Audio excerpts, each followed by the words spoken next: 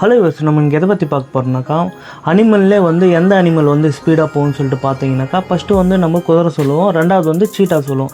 ஏன்னா வந்து சீட்டா வந்து 120 km/h வந்து போகும். அதே பறவைகள் வந்து எந்த பறவை வந்து டாப் ஸ்பீடு போகும்னு சொல்லிட்டு பார்க்கலாம் வாங்க.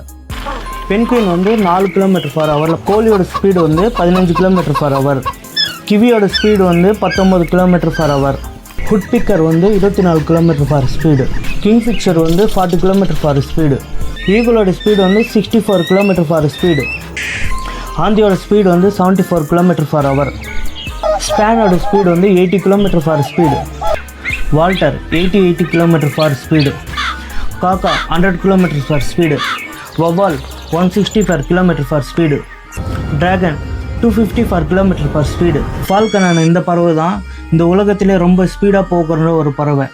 அதோட ஸ்பீடு எவ்வளோனாக்கா 390 km/h. இப்படி என்னத்துக்குள்ளே போயிடும்.